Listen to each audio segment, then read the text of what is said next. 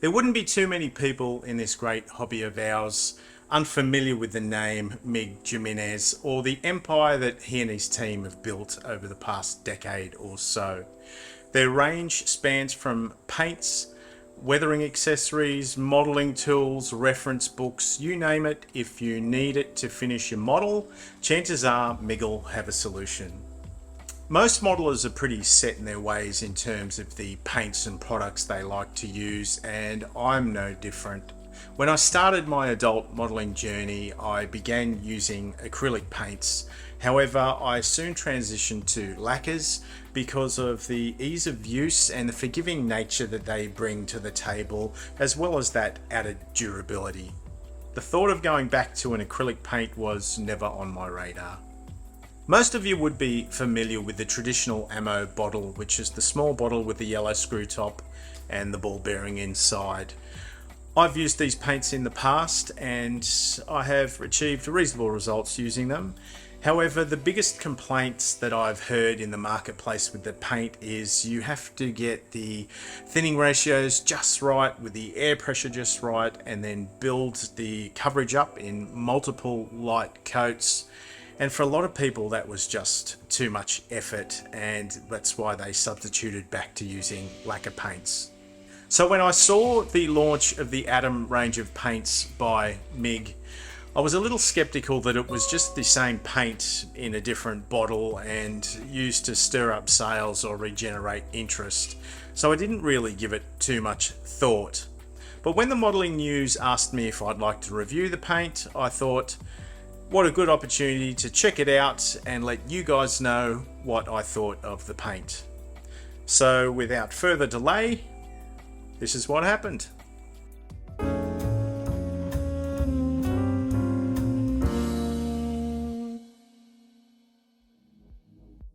The packaging highlights the benefits of this new paint range. Non-toxic and self-leveling, as well as odorless with a high covering power. The pack I received is designed for Russian tanks of World War II, and to my surprise there was actually 12 colours in the pack, which I thought was extremely generous. Usually a Russian colour set would have the 4BO and a couple of shades, however this set had olive drab for the Lend-Lease subjects right through to the darker greens for early war subjects. It also came with white and red for the markings, I would assume, and a black brown as well as a washable white paint for whitewash schemes. This really was the definitive set for Russian World War II armour. There is a lot to like about the bottle as well. It has a quick release pop top that can be operated using just your thumb. The plastic jar contains 20 ml of paint and comes with a ball bearing shaker inside. But the thing I like the most is it is transparent and you can immediately see the colour of the paint. I also received a jar of the Ammo acrylic thinner with the sample pack that I was given.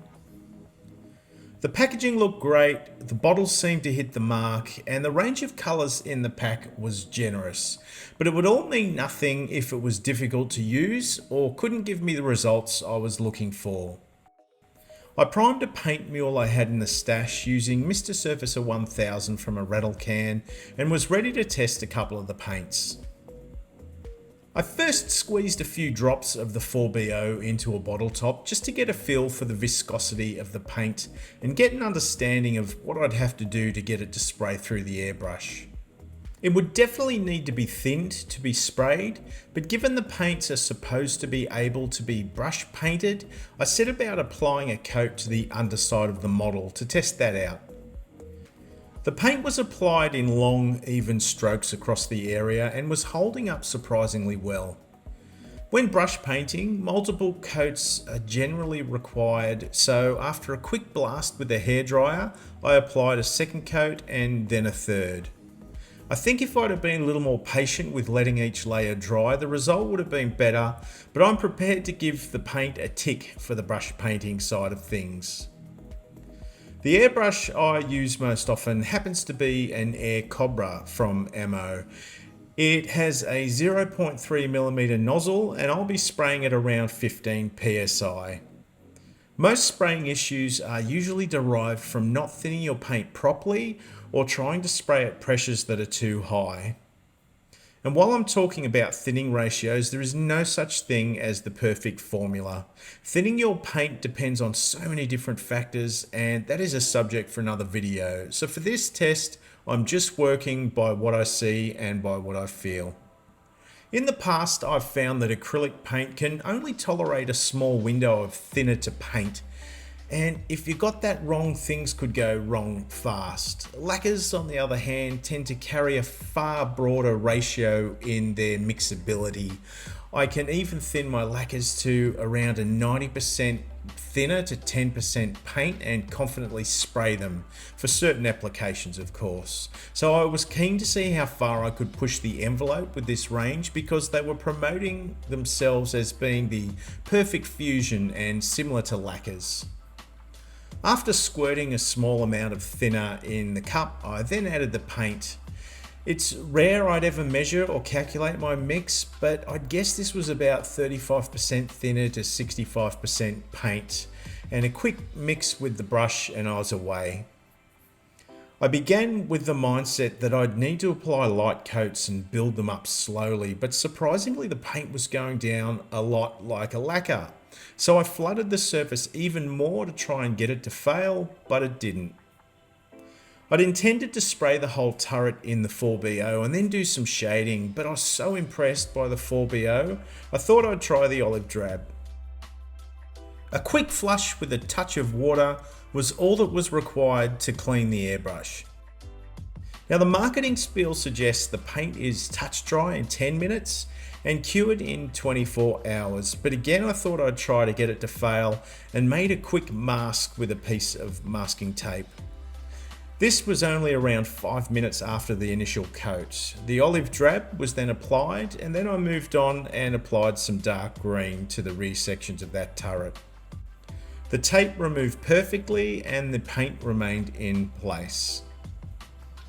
The pack comes with the white and the red, and they're two colours that can test a paint and can be challenging to get a decent coverage with. So these would be the colours that would truly give me a feel for the limitations of this paint.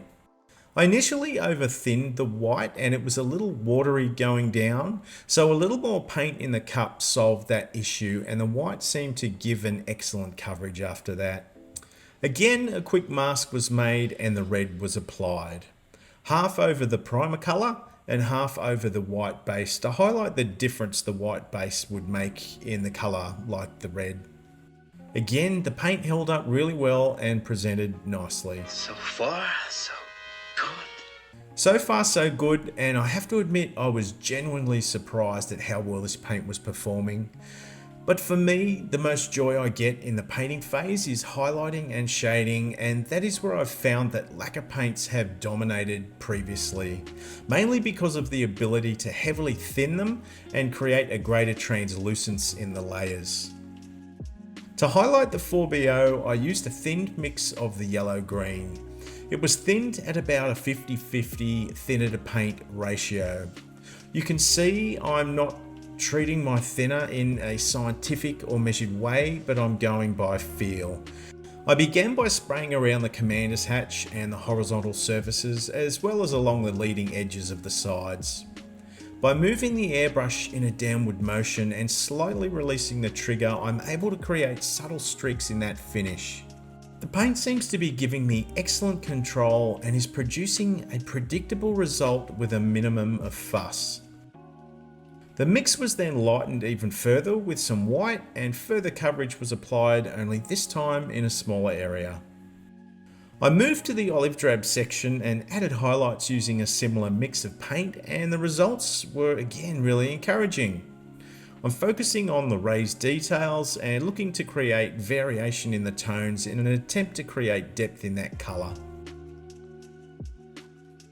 Then to the shading, and a couple of drops of black was added to the 4BO colour and was thinned to about a 70% thinner to 30% paint ratio. The shading was applied around the details and shadowed areas, as well as along the bottom edges of the sides. I'm also able to apply subtle streaking by carefully pulling the trigger back again and releasing a small amount of paint, just like I did with the highlights, but working in a reverse fashion. So the basic colors, check. Highlights and shadows, check. Range with the thinning ratios, check. But how would it go trying to freehand a camouflage scheme? Again, to my surprise, extremely well. By keeping that air pressure dialed in at 15 psi and the paint thinned to around a 65-35 thinner to paint ratio, I'm able to create extremely fine lines with minimal overspray. The paint gave me control and a predictable result, which is all any modeler could ask for. Then back to the brush painting, and a basic black pattern is applied in a single pass over the paintwork. Great coverage and very easy to use straight from the bottle. Black brown comes in the set, which obviously can be used for some camouflage schemes. However, it is a handy addition as it can be used to apply chipping around your model. I'm applying the paint by dabbing a small amount around the edges using an old sponge, but there is nothing stopping you brush painting them as well. Then finally, the washable white is applied over a basic tape mask, and almost immediately the paint is moistened with water and worked with a brush. The washable paint is ideal for whitewash schemes and is designed to be semi-removable to present a certain look. I probably should have allowed the paint a little greater drying time, but for the sake of the experiment, I was again pleased with what I was seeing. Shortly after, I applied an enamel pin wash directly over the paint, again in an attempt to make it fail, but it's passed with flying colours. And while I have the enamels in the brush, I set about creating some simple streaking effects. Vertical lines were painted on the part and then blended in a downward motion using a flat brush moistened with white spirit. A really quick and simple technique that helps bring your model to life, and again it was applied directly over that atom paint without issue. I did test the ability to mix the early generation paints with the atom range of paints and it seemed to be working. However, I'd encourage you to test it for yourself prior to committing it to your own model. As I mentioned earlier, most modelers are pretty set in their ways when it comes to the paint they use, and that's me included. And quite frankly, I had very little desire to even consider changing the way I paint until now. I'm always conscious of the smell of the lacquer thinner going through the house when I work, and the fact that I'm sitting in a room filled with the fumes for hours on end does play on my mind a little. But it's always been about the result, so the smell and the mess was the price I paid for the usability of the lacquers, but now it seems I can get something that comes surprisingly close to the result of the lacquer paint that is water-based and has almost no detectable smell. This range of atom paints is a bit of a game changer for Ammo and is absolutely nothing like their older range of paints. It's not a packaging refresh, it is a completely new formula that redefines what a water-based acrylic paint can do, and I highly recommend them. I'll be looking to test the paints further and use them on an upcoming build series, so stay tuned. Remember guys, this is the greatest hobby in the world. Share it with your family, share it with your friends, and let's be proud of what we do. Until next time, I'll see you soon.